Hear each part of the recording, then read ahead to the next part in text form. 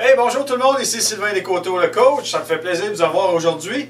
Aujourd'hui, on fait quoi de spécial? On fait un guide d'achat pour le ski, mais le ski alpin. J'ai demandé à mon ami Maxime Gagnon, le propriétaire de la boutique Max Ski Service à Mont-Tremblant, s'il voulait bien me donner un coup de main. Bonjour, Salut Maxime. C'est mon spécialiste quand on a besoin de bonnes planches, puis surtout savoir quel type de ski ça nous prend, comment les entretenir. C'est la personne à aller voir. Parce qu'on va faire aujourd'hui, on va faire un petit peu le tour au niveau de l'équipement de ski de base. Donc on parle de ski, de bottes, de bâtons, de casque, lunettes. Et éventuellement, on pourra faire une autre clinique sur les articles, les vêtements et ces choses-là. Donc Max, j'aimerais ça au départ, pour monsieur, madame, tout le monde qui veut se rééquiper, souvent ça arrive, ou tout simplement ils sont dus pour changer d'équipement. Ouais. Qu'est-ce qu'il faut regarder? C'est quoi qui est important quand on va visiter les gens dans une boutique comme la tienne? Écoute, en partant, je pense qu'il y a plusieurs éléments à considérer. C'est sûr qu'à mon avis, l'expérience du skieur est quand même le facteur le plus important. Mais c'est sûr, après ça, il va y avoir c'est ça, là, on parle d'aptitude. Quand on parle d'expérience, l'aptitude, comment physiquement la personne est en forme aussi. Okay. Élément très important à considérer. L'âge de la personne, bien entendu, comment est-ce qu'on parle des os, etc., là, dans quel état ils sont, s'ils ont un genou qui peut être endommagé, etc. Et on parle, bien entendu, sur quel terrain elle pense aller skier.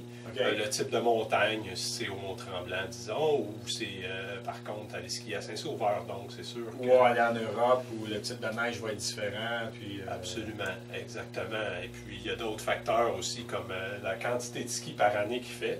Je veux dire, une personne qui va faire 6 sorties, 7 sorties versus une personne qui fait 20, 30, 40, 50, même des gens qui skient jusqu'à 100 jours de ski et plus. Donc, tous ces éléments-là sont vraiment importants à considérer. OK. Donc, c'est pas juste l'idée d'avoir un design qui est sharp, qui est cool, une belle couleur de planche, où je paye le prix le plus cher, puis comme ça, je suis sûr que j'ai un bon équipement. C'est plus que ça. C'est plus que ça, en fait. Si je veux vraiment avoir du plaisir. Absolument. C'est avoir de l'agrément. Je pense que c'est ça, le plus important, comme on a dit, c'est de trouver l'équipement qui va, comme on dirait en anglais, matcher vraiment les compétences du skieur. C'est plutôt là qu'on s'en va. Puis évidemment, on parle du confort aussi, qui est super important. Quand on peut parler de confort au niveau de la botte, on peut parler d'un système de chauffage intégré, on peut parler maintenant de plusieurs choses là, qui peuvent nous aider. Une bonne qualité de vêtements, qualité de chaussons à l'intérieur de ta botte aussi maintenant, qu'il y a des qualités avec, disons, des matériaux comme le Primaloft qui existent dans les vêtements, qui ont maintenant introduit dans les liners de bottes maintenant. Donc, ça améliore la qualité de vie du skieur de beaucoup. Okay. On n'est plus obligé de se geler comme il faut là, maintenant. Ça change. Ça change vers parce qu'elles sont suivies aux derniers hivers, il faut être bien équipé. On a besoin d'être bien équipé pour avoir du plaisir, c'est certain. Sinon, c'est évident. Là, si des gens sont mal habillés, mal attriqués, ils vont dire moi, le ski, j'aime pas ça. Mais des fois, c'est juste des petites affaires de plus qui vont faire que leur expérience va être beaucoup améliorée. Là. Ouais. Surtout au niveau des jeunes enfants, quand on les commence de bonne heure, je pense que c'est important de ne pas négliger ce côté-là, d'habiller nos enfants comme il faut, de ne pas les mettre dans des bottes trop grandes non plus pour partir. Ça, c'est un phénomène qu'on voit assez souvent. Là. Il dit il grandit beaucoup, faut que ça dure longtemps. Faut que ça dure longtemps. Mais à un moment donné, la botte arrive au milieu du tibia à peu près. La personne n'est pas capable de plier ses skis. Donc, le kid, il n'y a pas vraiment de fun. Là. Il peut en avoir, mais... Puis il risque aussi là, au niveau de la sécurité, au niveau des blessures. Là, on met notre enfant à risque. Il faut s'assurer de trouver le plaisir là-dedans. Absolument. Good. Hey, on va commencer avec les skis. Oui. Les skis, c'est pas fait égal. La technologie a beaucoup évolué. Hein? Absolument. Je me souviens, j'ai enseigné le ski il y a une vingtaine d'années, puis si on regarde aujourd'hui avec les skis paraboliques et toutes les autres choses, ça a vraiment changé. Fais-moi un petit peu un survol rapide des différents types de skis pour qui ça s'adresse. OK. Nous, on travaille quand même beaucoup avec des skis qui sont, je te dirais, de moyenne gamme à très haute gamme. En fait, qui est ici, là, on parle des skis de course. Et ensuite, on parle des skis plus larges qu'on appelle les All Mountain, des skis tout-terrain. Montre-moi donc ce que c'est. OK, on parle d'un ski tout-terrain là, plus large. Voyez-vous ça, un 88 mm. Là, quand on parle de 88 mm, on parle de la largeur toujours en dessous du pied. Où est-ce qu'on appuie notre centre de pied à 88 mm au plus étroit du ski, en fait. OK. Ça, c'est un ski qui est considéré all mountain, je te dirais. Ça peut aller jusqu'à, écoute, ça monte, si on va skier dans l'ouest, strictement dans la poudreuse, là, on va monter à 130, 140 mm en dessous du pied. Ah, donc c'est rendu vraiment très, très large. C'est rendu très, très large. C'est moins long? Pas La nécessairement. longueur, c'est toujours, Dépendamment des skis qu'on va utiliser et pour quel type de conditions de neige, on va aller dans le plus long, je te dirais, quand on fait du ski freeride, qu'ils appellent, là, dans haute montagne, on va quand même utiliser très long, mais ici, plus on va aller sur des petites montagnes, plus on va utiliser un ski qui a beaucoup de coupes, beaucoup de side cut en anglais qu'ils appellent. Là, à ce moment-là, on va prendre plus court. Plus le ski reste plus il est droit, plus il va dans des conditions, disons, avec des grosses montagnes, plus on va prendre le ski là, en conséquence du terrain, en fait. Parfait. Exact. Maintenant, en fait, Sylvain, là, on regarde un ski, c'est intéressant. Là, je travaille beaucoup avec la compagnie Head et d'autres compagnies. Head, ils ont sorti justement des nouvelles technologies avec des nouveaux matériaux. Comme le graphene ici, qu'on peut voir, là, qui est marqué ici. C'est des nouveaux matériaux, des métaux utilisés, très très légers en fait, mais avec énormément de réponses. Puis ce qui reste très très solide en torsion. Dès que tu pousses, Dès que tu pousses, tu as énormément de réponses. Puis en plus de ça, ben, tu as de la légèreté en plus, de plus en plus, avec ce type de matériaux-là. Donc, ça revient vraiment, vraiment intéressant. Là. La technologie est vraiment appliquée dans différents types de skis. On peut voir aussi dans d'autres types de skis chez Ed qui ont utilisé même le Curse qui est une puce qui est à l'intérieur du ski, qui est reliée au fil du ski. Donc, quand on crée une certaine force sur le ski, il va décupler la force sur la fibre et donc avoir une plus grande réponse à ton ski. Et ça, c'est toujours pour monsieur, madame, tout le monde? C'est le genre d'équipement que monsieur, madame, tout le monde vont privilégier ou c'est plus pour les coureurs, les gens agressifs? Là, Plus à un certain niveau, certainement, mais le graphene, maintenant, il a été testé, vois-tu, sur des skis de femmes pour la légèreté du ski au départ, puis ils ont vu que ça fonctionnait. Puis c'était pas nécessairement des skis des plus haut de gamme. C'était vraiment pour la légèreté. Ils ont appliqué une petite couche ici ici, là, je tiens un ski de femme dans mes mains. Là, tu peux voir la légèreté du produit. C'est vraiment, vraiment particulier. La tendance est vers ça aussi. Puis la réponse du ski reste quand même exceptionnelle. Là, au niveau du flex, comme je te parlais tantôt. Tu n'as plus besoin d'avoir maintenant. Avant, on travaillait beaucoup avec le titanium. Comme je te dis, là, on est en train de changer un petit peu cette tendance-là et d'améliorer ça aussi. Donc, technologie qui est quand même appliquée à un certain niveau. C'est sûr qu'on reste dans les skis plus bas de gamme. Là, on va utiliser quand même le foam à l'intérieur. Légèreté, un petit peu plus facile, convivial à utiliser versus un ski en titane ou avec d'autres matériaux très, très répondants, comme on dit. On parle de coupe de ski qui a beaucoup changé au cours des dernières années. Oui. On a maintenant pas besoin d'être aussi en forme, entre guillemets, qu'on fallait l'être autrefois pour être performant avec nos skis. Hein. Je pense que les skis, le design des skis nous permet, ça pardonne beaucoup plus que ça le faisait autrefois.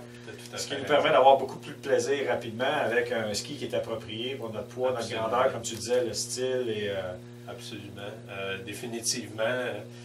First, ils ont commencé, là, je te dirais, entre 15 et 20 ans passés à travailler beaucoup avec les shapes des skis. Donc, ils ont réalisé que plus ton ski avait une shape, plus c'était facile de faire un arc sur la neige. Donc, évidemment, la sensation de carver se fait à un niveau moindre. Donc, les skieurs qui sont plus débutants intermédiaires vont retrouver cette sensation-là que l'on veut vraiment avoir le plus vite possible et qui est extraordinaire. Ils le retrouvent vraiment assez tôt dans leur progression là, du ski. Donc, ça devient vraiment intéressant pour tout le monde. Ça, déjà, là, c'est un gros atout d'avoir d'équipement à jour.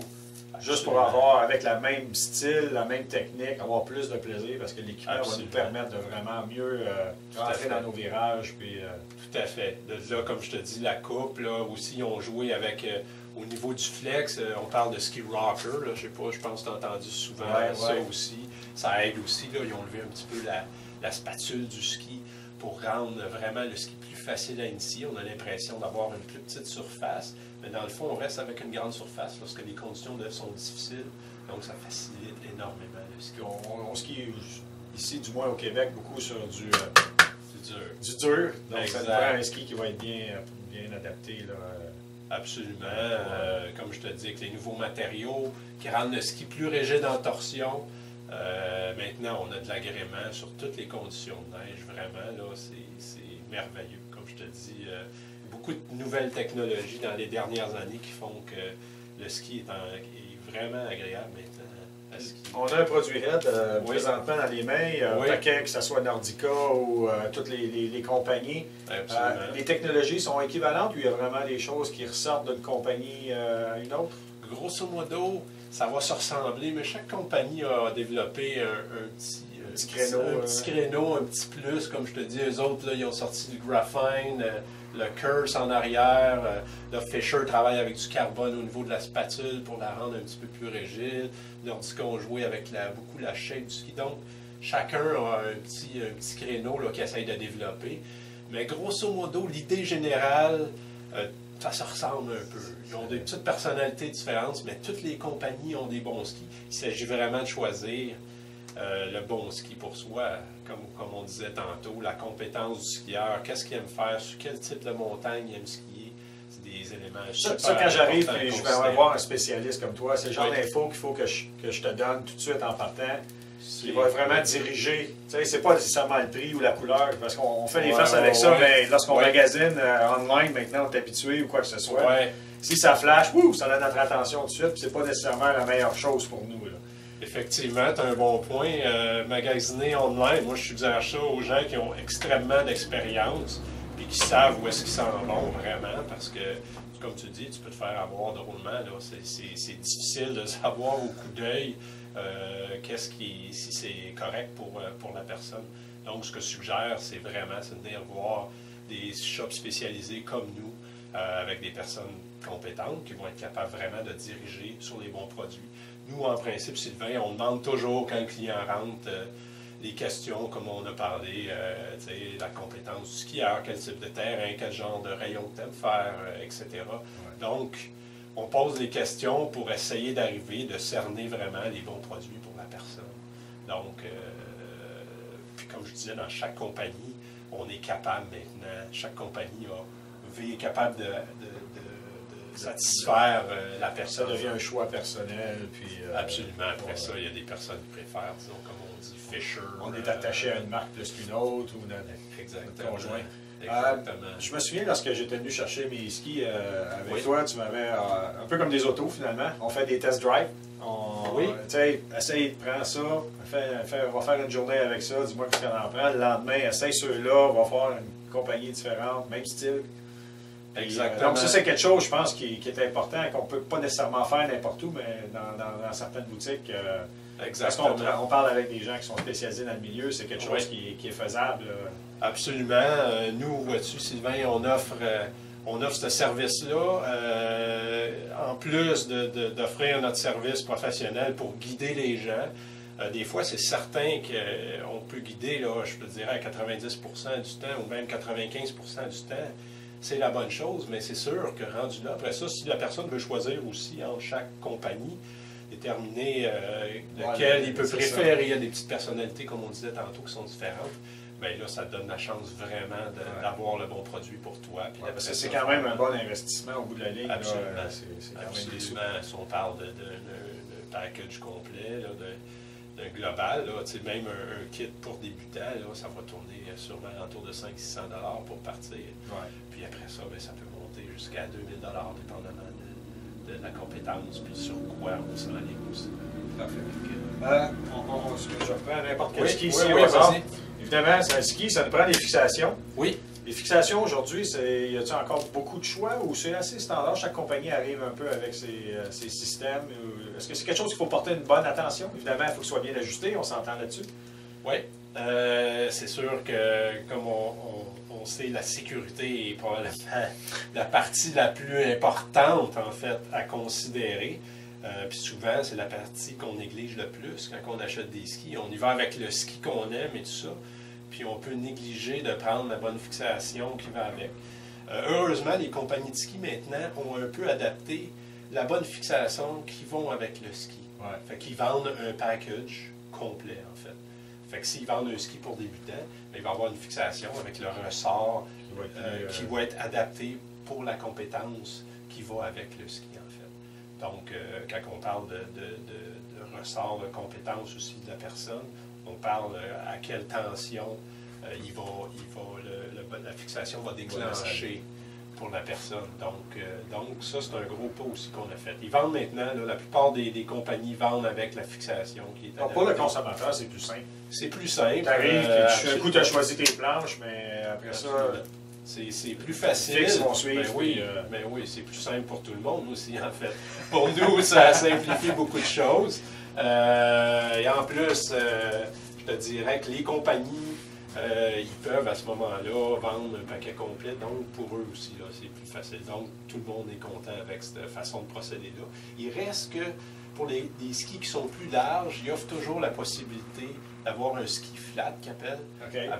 On peut mettre avec la fixation que la personne préfère. Donc, à ce niveau-là, on peut vraiment, comme tu vois ici, il n'y a pas de rail intégré sur le ski. Lui, il va arriver avec un rail qui est prémonté en usine. Ouais. Donc, j'ai juste à insérer sur le ski. Donc, à ce niveau-là, plus facile. Mais à ce niveau-là, plus de choix. Donc, toujours le trade-off. Exact. Toujours nos avantages et surtout avantages. Ça nous prend les skis, ça nous prend les fixes, ça nous prend les bottes aussi. Exactement. Qu'est-ce qu'il faut qu'on regarde dans les bottes? Qu'est-ce qui est important de considérer? OK. Écoute, je t'ai amené quelques bottes ici. Ce qui est important à considérer, moi je te dirais, first, le confort, comme on mentionnait au départ, est super important. Ça fait la différence entre du plaisir et pas. Si tu essaies de survivre, tu as mal aux pieds, tu gèles tout de suite, c'est sûr que tu n'auras pas de bonne expérience. Exact. Qu'est-ce qu'on conseille à la personne, c'est vraiment, encore là, avec les informations qu'on a, le niveau, le poids devient un facteur très important aussi pour être capable de flexer ta botte. Donc, quand on parle de flexer, c'est la pression qu'on met là. C'est la pression qu'on effectue vers l'avant, comme ça, qui va faire fléchir le devant de botte et qui va interagir sur le ski et faire plier le ski. Donc, cette partie-là est super importante. Comment la personne est forte physiquement pour être capable et avec le poids, bien entendu. Donc, ça prend un flex adapté pour ces caractéristiques-là. Puis, ces flex-là doivent bien interagir aussi avec le ski, bien entendu. Si je prends une botte de flex, admettons, à 130 de flex, puis je vais avec un ski débutant, ça se peut que ça ne matche pas, comme on dit. Parce que le ski va être considéré comme très mou et ma botte est considérée rigide. Ouais. Donc, je vais être obligé d'appliquer une force très prononcée sur la botte pour faire plier la botte. Puis, par contre, l'effet que ça va faire sur le ski, ça va partir n'importe comment. Donc le mix des deux, souvent, on ne prend pas nos vieilles bottes qui traînent depuis plusieurs années et mettre ça sur n'importe quel ski. Et voilà. Ça peut fonctionner, mais il y a bonnes chances que ça ne soit pas optimal.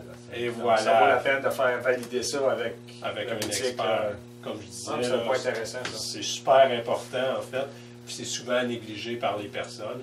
Fait que la personne a dit « Ah, moi, je suis bien, cette botte-là, c'est parfait. » Mais si la personne, mettons, elle pèse 250 livres, elle a un flex de 80 de botte dans lequel elle se sent bien, n'est pas du tout adapté pour elle. Sur n'importe quel ski qu'elle va aller, whatever, ça ne marchera pas. Okay. Donc, le flex, c'est une des choses à considérer en priorité. Exactement. Lorsqu'on regarde le produit. Fait que nous, quand on va vous faire essayer les bottes, je vais vous voir vraiment en flexion, donc voir comment ça interagit à l'intérieur. Je peux avoir une bonne idée comment est-ce que ça va aller pour vous. Si vous la flexez trop facilement, on va avoir un problème à un moment donné. Et le contraire aussi. Si la botte ne plie pas du tout déjà en dedans, puis il fait 20 degrés, on va avoir un problème à moins 40, parce qu'on sait que le plastique est vraiment aussi... Il ne va pas ramollir. Il va pas ramollir avec la température. Ouais. Donc, c'est important que ça plie facilement. Surtout avec la nouvelle technologie, comme on dit, parce qu'on veut beaucoup plus de mouvement dans notre ski pour vraiment avoir l'action de carver sur la neige. Ouais. Fait que faut que ça bouge. Parfait. Good. Yes. Est-ce qu'il y a d'autres points? Le confort, le flex? Le confort, le flex, comme je parlais. La couleur. Mais c'est rendu qu'il y a énormément de choix au niveau des bottes. Maintenant, ils ont adapté, chaque compagnie a adapté des moules qui sont plus étroits, plus larges, dépendamment des pieds qu'on a, avec des flex variés aussi pour les différentes largeurs. Tu peux aller chercher la combinaison parfaite là, en fonction de ton pied. C'est assez facile maintenant avec le choix puis ce qu'on a comme produit sur le marché. Comme je vous dis, quand on est bien conseillé, c'est assez facile à faire, là, de se trouver Puis maintenant, ils sont rendus qu'ils ont rajouté de la technologie énormément dans les dernières années. Il y a des bottes qui sont maintenant moulables. Mais quand je dis moulable, c'est pas juste le liner à l'intérieur, le chausson. On parle du plastique à l'extérieur qui est chauffé maintenant et qui va être adapté au pied de la personne. Ah ouais. Donc, c'est un évier particulier un peu. Là, et voilà. Donc, il y a moyen d'aller vraiment ajuster ça. Là, à la perfection, exactement. Avec les outils qu'on a aujourd'hui, la technologie qui existe, il y a moyen de... Les bottes sont pas vraiment plus légères. Sais-tu quoi? Il y en a certaines. Ouais, parce qu'on voit tantôt le ski, c'était vraiment très très léger, mais quand on prend une paire de bottes, là, on vient à la réalité. Ici, là, je t'ai montré des bottes peut-être un peu différentes, mais il y a des bottes, disons, qui sont adaptées pour le touring, backcountry, Ouais. qui sont extrêmement légères, des plastiques très légers. J'ai d'autres produits, là, si je te parle peut-être d'un Vector ici qui est la 110.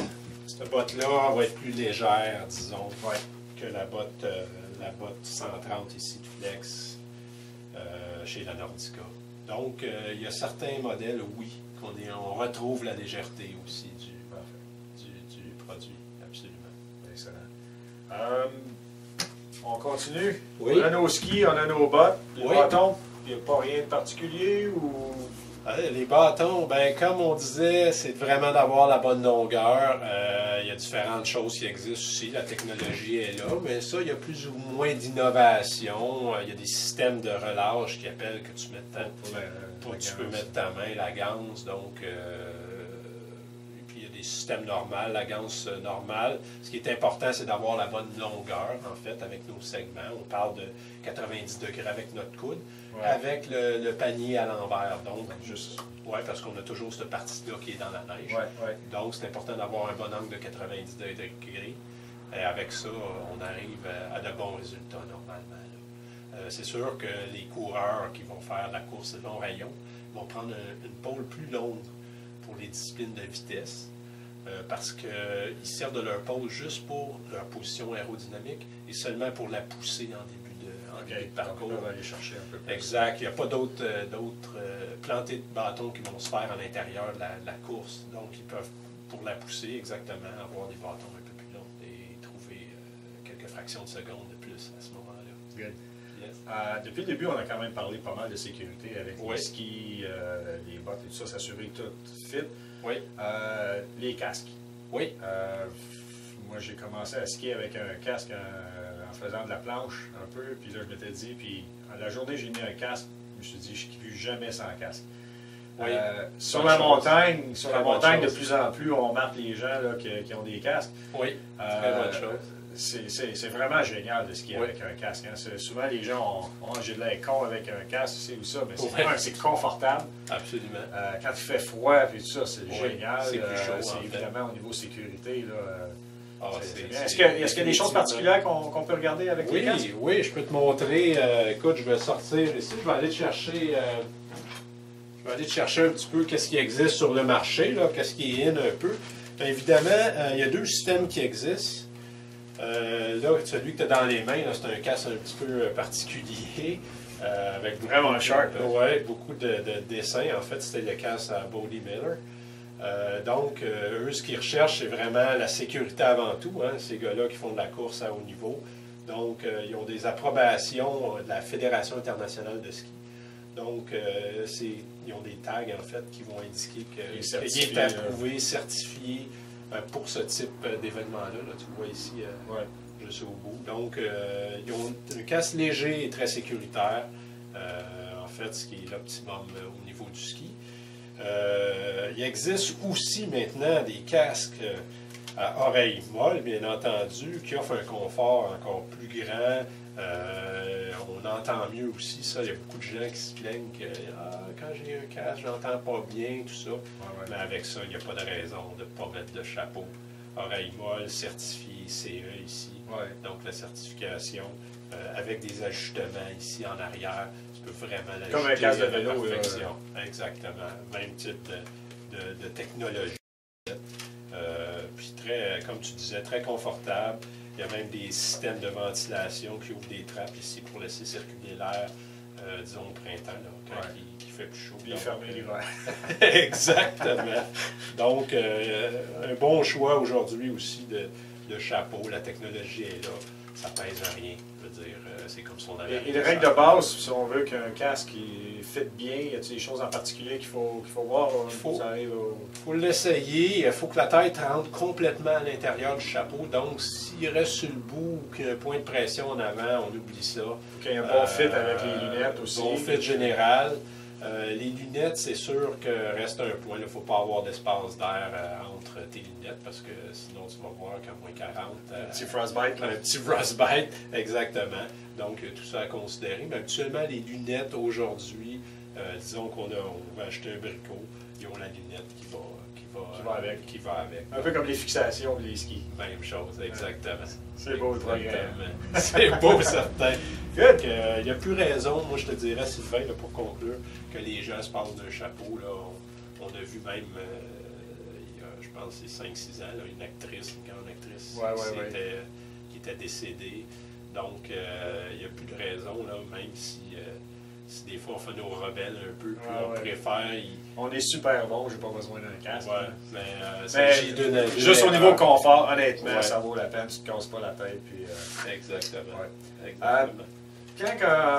À combien, si on parle de sous un petit peu, quelqu'un qui veut investir, là, qui doit se rééquiper, il peut s'attendre à payer de quoi à quoi? C'est quoi la braquette là, typiquement là, quand on parle d'un équipement? Là, Écoute, la braquette, à mon avis, là, à 700-800 $, quelqu'un qui veut s'équiper convenablement pour commencer, il peut avoir un kit complet à ce prix-là. Dépendamment de l'expérience, comme on disait, du skieur et tout, ça peut monter, c'est certain, là, à des prix qui sont beaucoup plus élevés que ça. Là. On peut parler de 2 000 à 3 000 là, avec un chapeau, les skis haut de gamme et tout ça. Mais moi, je te dirais, là, à 700-800 $, tu as un beau kit complet. Là. Puis on inclut là-dessus le casque, les lunettes, etc. Je viens d'avoir une question que je voulais poser tantôt, puis on parlait de ski, puis on parlait des différents types de ski. Corrige-moi si je me trompe, souvent on veut toujours avoir ce qui est le meilleur. Pour flasher avec nos chums de notre entourage. C'est à assez supposer que je suis un skieur, entre guillemets, intermédiaire, et que j'arrive en boutique, puis cette paire-là, c'est pour les pros, puis elle coûte la plus chère, puis moi je veux ça. Est-ce que c'est un bon match pour moi? Ça vaut-tu la peine de payer plus cher ou au contraire, ça va me nuire? Parce que j'ai peut-être pas les qualités athlétiques ou l'expérience, le style pour être capable de vraiment performer comme il faut. C'est un très bon point, Sylvain. Je te dirais que si tu t'enlignes sur un ski comme ça, tu risques de ne pas avoir d'agrément parce que tu ne seras pas capable de tourner ton ski. Justement, tantôt, on parlait de compatibilité de flex puis tout ça. Si tu en vas avec un ski comme ça, il va falloir que tu travailles fort pour être capable de tourner ton ski, en fait. Fait que, après 2-3 descentes, tu vas être complètement brûlé, tu vas vouloir t'en aller chez vous, puis tu n'auras pas de fun. Fait que nous, c'est pour ça qu'un petit peu qu'on est là, c'est pour te conseiller et essayer de te diriger. Puis le prix, c'est pas un gage de succès là, au niveau de l'équipement. Ça faut vraiment. Absolument pas. Il faut matcher vraiment nos compétences avec le ski qui est là. Donc, tu sais, tu me parlais des skis que tu avais achetés puis que tu avais eu la chance d'en essayer. Mais toi, tu es tombé sur un ski qui était vraiment plus haut de gamme. Donc, tu es un skieur qui a quand même beaucoup d'expérience puis tout ça. Il est solide sur ses pieds aussi, tu es un gars en forme. Tu es Ironman. Donc, oui, c'est sûr que d'aller un ski qui est trop haut, c'est pas plus aidant qu'avoir un ski qui est pas assez fort pour nous. C'est ça. Tu vas te retrouver, oui, tu as de la stabilité, mais je ne suis pas capable de tourner le ski. Donc, c'est le contraire. Tu vas trouver que le ski va vibrer beaucoup trop, disons. Parce que c'est un ski qui est plus mou, tout ça, tu vas le trouver moins solide sur la neige. Fait que c'est vraiment de trouver le bon produit pour toi, là. C'est super important. Et puis, au niveau de la botte, là, comme on disait aussi, mais ça, j'ai trouvé ça intéressant. Le match des deux, là, c'est quand même important à considérer. Fait que si je vois que tu as une botte 130 dans les pieds, je ne pourrais jamais te mettre sur un ski de 300$, là, ça ne marche pas. C'est pas parce qu'il y a un spécial ou c'est pas parce que c'est vraiment le plus cher qu'il faut le choisir. Non. Il faut y aller avec sa tête, pas avec son... C'est son cœur. Son cœur, oui, c'est ça. Il y a moyen de trouver quand même un design qui te convient avec un modèle de ski qui te convient parce qu'il y a tellement de choix aujourd'hui. Puis ça, je suis pas trop inquiète avec ça. On devrait être capable de trouver le bon produit pour toi. Là. Écoute, en terminant, j'aimerais ça que tu me parles un peu d'entretien de ski. Oui, absolument. Et si tu permets, on va aller jeter un petit coup d'œil sur oui. les grosses machines que tu as en arrière, puis tu me parles un petit peu de l'importance de ça. Ça va me faire plaisir. Fait qu'on se revoit tout de suite de l'autre côté. Ça va. Oui, Sylvain, c'est ça justement. On discutait de l'importance de faire l'entretien sur ces skis. À mon avis, c'est une des phases que les gens négligent le plus, en fait, parce que souvent, ils ont le bon équipement, comme on parlait, ils ont été bien conseillés, mais il y a un petit quelque chose qui ne marche pas encore. Puis souvent, c'est relié parce que les skis ne sont pas aiguisés assez ou ça fait trop longtemps que la personne n'est pas venue préparer ses skis. Fait que, donc, c'est super important. Si après 7-8 jours de ski, là, vous sentez que ça ne tourne plus bien, ça dérape sur la glace, c'est important de venir faire un tune-up de ski. C'est primordial. Sinon, first, on ne s'améliorera pas. On va juste se protéger parce qu'on va avoir peur de tomber, etc. Fait que, puis notre expérience de ski ne sera pas du tout agréable. Là, si la montagne est glacée, puis nos skis, on n'a pas de corps, on va être en survie, comme on dit. Hein, parce que pas de corps sur la glace, ça ne marche pas. Même si on a un ski à 1000$ d'un pied, puis les skis ne sont pas aiguisés convenablement, ça ne peut pas fonctionner. Fait que super important. Moi, je te dirais une fréquence entre 5 et 10 sorties même. Les gens, ils ne pensent pas ça. Il y en a qui viennent une fois par année, puis ils pensent que c'est assez. Mais pour avoir beaucoup d'agréments, entre 5 et 10 sorties, c'est pas mal idéal, dépendamment là, des conditions qu'on va frapper. C'est sûr, si c'est tout le temps de la belle neige, on frappe des conditions parfaites. C'est sûr que nos corps vont être moins endommagés, donc notre mise au point va durer plus longtemps. Fait que, un minimum de 5, maximum de 10 dans ce range-là, on ne se trompe pas. Puis je suggère aussi aux gens, s'ils peuvent se mettre un petit collant des fois sur leur ski, nous, habituellement, on le fait. Comme on fait avec les voitures, les changements d'huile. Même chose. Donc, d'identifier un des deux skis. Fait qu'on peut dire, je vais skier 3 jours avec le collant sur mon pied gauche et 3 jours sur le pied droit, et mes skis vont être toujours superbes pour skier.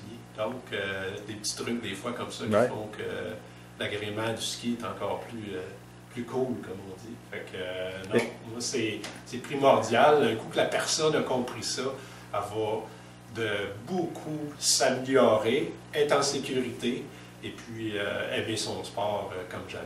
Fait que, super important. Et donc, on n'aiguise plus les skis à cette heure avec une petite lime, un petit bâton de cire, un vieux fer à repasser. C'est un peu différent, là. Comme tu peux voir, c'est sûr que la technologie a beaucoup changé au niveau de la préparation des skis.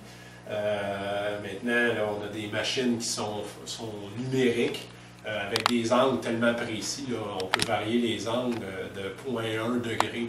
Donc, puis les connaissances qu'on a maintenant aujourd'hui, il n'y a plus de raison que ça ne soit pas agréable de sortir avec un ski qui est frais, aiguisé et ne pas avoir d'agrément. C'est vraiment, ça fait toute la différence. Moi, je vous le dis, là, n'hésitez pas. C'est très important, vous allez adorer ça. Donc, comme tu disais, la lime, tout ça, ça fonctionne. Mais si votre ski est bien beaucoup endommagé, c'est sûr qu'il faut refaire la base à ce moment-là et remettre les angles correctement sur les corps aussi. Donc, la plupart aujourd'hui, lorsqu'on fait faire l'entretien sur nos skis, ben, ça va passer par... c'est presque instantané, à moins que vous faites aiguiser vos skis aux 2 sorties. J'ai des coureurs même qui font ça. Là, à ce moment-là, c'est sûr que je vais y aller manuellement avec des petits diamants, mais c'est pour faire des retouches. Et on applique, bien entendu, toujours la cire à chaud, par contre.